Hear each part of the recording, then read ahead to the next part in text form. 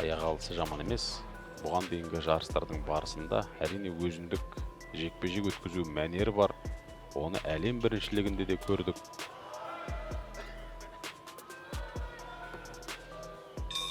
Бірінші раунд. Жанкелер спортшыларды қолдап отырыңыздар. 57 келіге дейінгі салмақ санатында Ташкентте өткен әлем чемпионатының алтын медалін алған және 2021 жылда, осы 2 жылда бір өтетін әлем біріншілігі 2025 жыл өтуденді. Ал сол Белградта өткен 2021 жылы жарыс жолында күміс медальді олжалаған. Міне соны араға 2 жыл салып, алтын медаль қыла алған өте шебер боксшы. Махмұт Сабырханның жалпы Сабырхан әулетінің боксшылары бұл спортты өнер түріне айналдырды деген сынды әлеуметтік желілерде пікір жазылды. Бұлардың шаршалаңда кәдімгі ойқастап жүріп, бір аяқта кәдімгі билей алатындай өте көпшілік көрерменге де осы бокс спортына көз тіккен жанкүйерлерге әсіресе қойылым қойғандай жақсы өнер көрсететіні бар.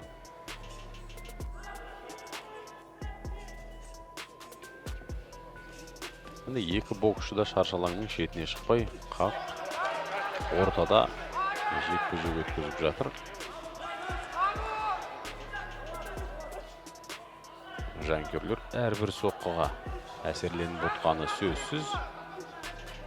Бапкерлердің де үнсіз қалмасы анық.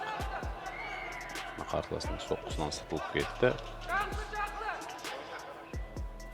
Бірінші ішке соққы жұмсақ көруге талпынып отқан. Дәл қазір Ерболат. Бұл олимпиадалық салмақ санаты. Ерболат Сабыр былтырғы Қазақстан біріншілігінің чемпионы 57 келіге дейінгі салмақ санатында. Сол жарыс жолында Ерболат Ақмола облысының өкілі Оразбек Асылқұловпен қолғап түйістіріп, төрешілердің бір ауыздан шешімімен жеңіске жеткен. Олай болса, Ерболат та Қазақстан чемпионы. Қарсыласы қашып бара жатқан сәтте қапы қалдырған Махмұт Сабырханның да жекпе-жегін тамашалап отырмыз. Алғашқы раундтың да аяқталуына санаулы секундтар қалды.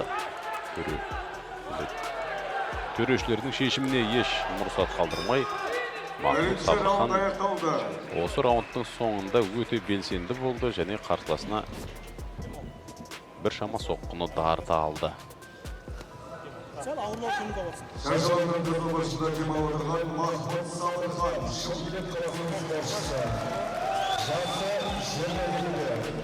Қазақстан Республикасының еңбек сіңірген спорт шебері. 30 медаль арасында 8 жыл. 100 жылда жекпе-жек өткізіп, 100 жылда жеңіске жеткен. 2023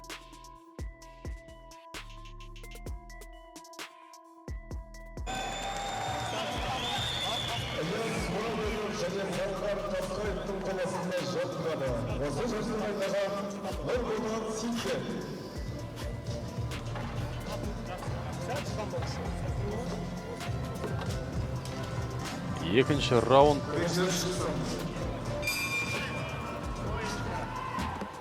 Төрешілердің шешімімен алғашқы раундта 5 төрешінің бір ауыздан Махмұт Сабырхан басым болды деген шешімі шықты.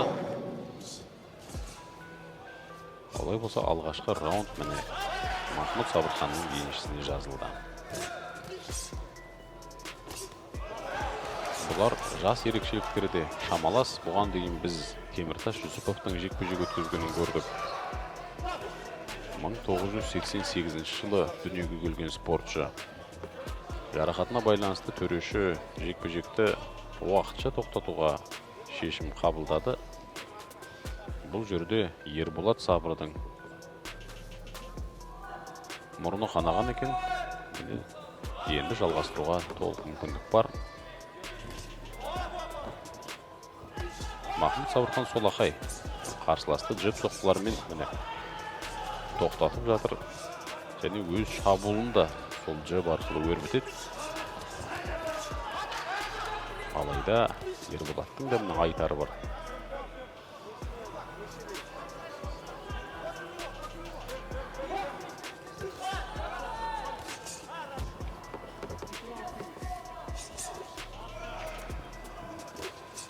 Бұл 57 келіге деген салмақ санатында көп жағдайда Махмұт Сабырханның қарсыластары еңселі болады.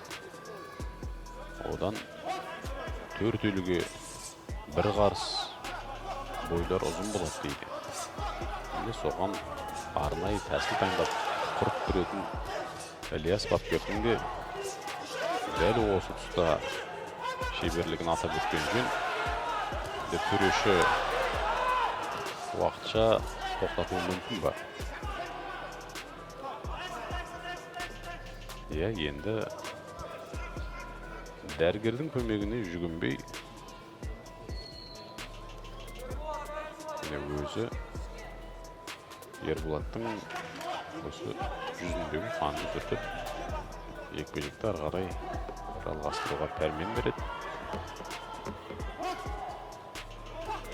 Бұған дейін Қазақстан спартакиадасында бұл салмақ санатында Нұрбол Қалжанов пен Ілияс Сүлейменов жұдырықтасқан финалда сол жерде маңғыстаулық Нұрбол Қалжанов алтын медальді олжалаған.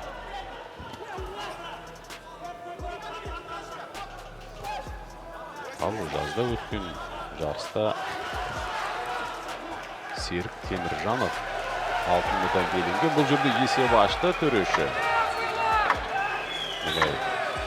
Жанкүйерлер тарапы да және дәл осы тұста Павлодар облысының өкілі Ерболат Сабырды қолдаған көпшіліктің де төрешінің шешіміне әсер еткісі келген сәтін байқап отырмыз. Енді ашық айқасқа көшетіні анық. Әсіресе Ерболаттың тәсілі сол болмақ. Қарсыластың соққыдан сытылам деген әдісі Ерболаттың сол қолына тап келді. Сол тұста жанкүйерлердің де қиқу салып қоя бергенін көрдік.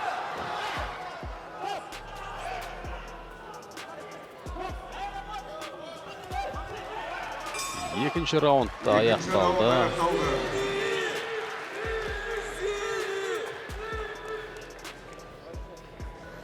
Екі боксшы да аяңып қалған жоқ. Айқын басымдықпен бұл раундта да Махмұт Сабырхан Павлодар облысының спортшысы. Алғашқы. Жасы 21-де. Халықаралық дәрежедегі спорт шебері. Бокспен айналысқанына 8 жыл. Жекпе-жек есебін жүргізбейді. 2022 жылы Қазақстан Республикасы чемпионатының жеңімпазы. Осы жасқа дайындаған Аташана.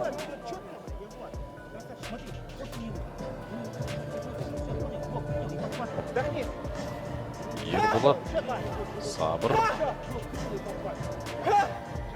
бұл боксшы Көмекшілер шықсын. Елорда кубогінде де үздіктер қатарына енген. Бұған дейін Қазақстан біріншілігінде жүлде алғанын естідіңіздер. Жекпе-жекті жалғастыруға толық мүмкіндік бар. Үшінші раунд арасында да өте тартысты өтетіні сөзсіз. Себебі Ерболат Сабырға дәл қазір ашық айқасқа баруға нұсқау берілуі де мүмкін. Себебі алғашқы 2 раундтың есебінде Махмұт Сабырхан алда тұр.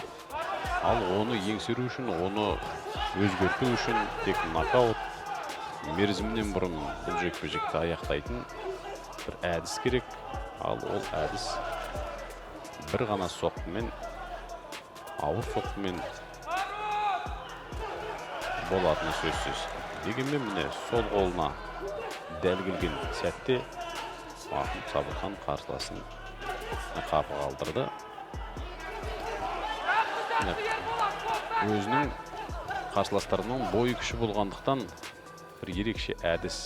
Бұрын әйгілі Темір Тайсонның да осы қарсыластары еңселі болғаннан кейін қолдың үстінен алып ұратын әдістерін дәл қазір Махмұд Сабырханның орындауында да көріп отырмыз.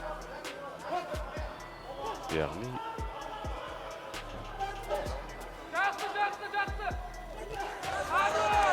міне Ерболат Сабырдың да осы үшінші раундты өз еншісіне жазуға толық мүмкіндігі бар, алайда кей тұста бәлкім жылдамдығы, бәлкім шеберлігі жетпей жатқанын байқап отырмыз.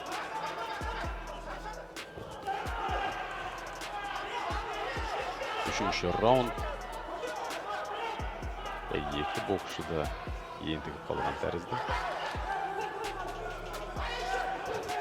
Бастапқы қарқын жоқ. Бұл жерде жанкүйерлердің де, бапкерлердің де дәл қазір Ерболаттың әр соққысына дәл солай дабыл демеуін байқап отырмыз. Екі боксшы міне ашық айқасқа көшті. Ешқандай қорғанысты да ұмытқан тәрізді. Дәрігердің көмегіне жүгінуге тура келеді, себебі Ерболаттың қабағы жарып кетті. Егер қан тоқтамаса, дәл осы жерде жекпе-жекті аяқтау керек.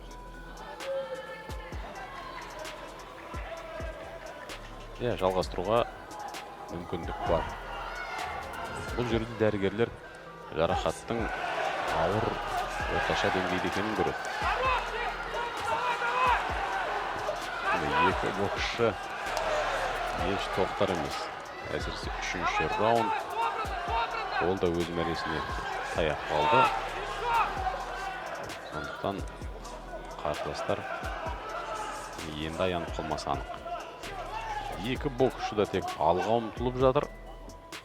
Бұл жерде боксшылар жарақат алмау керек. Көп жағдайда соққыдан емес, кейде маңдайымен соғысып бір-біріне жарақат жасауы мүмкін. Бұған дейінгі жекпе-жектердің барысында біз көрдік. 48 келі салмақ сынатында дәл осындай көрініс болған. Ал енді дәрігер бұл жекпе-жекті ары қарай өткізуге еш негіз жоқ екенін көрді. Себебі спортшының денсаулығы бірінші кезекте әрине маңызды. Сондықтан 3 раундты да өткізді, яғни есепке алуға болады. Барлық кезеңді бұл жерде алғашқы раундтан тоқтаған жоқ. Және осы Қазақстан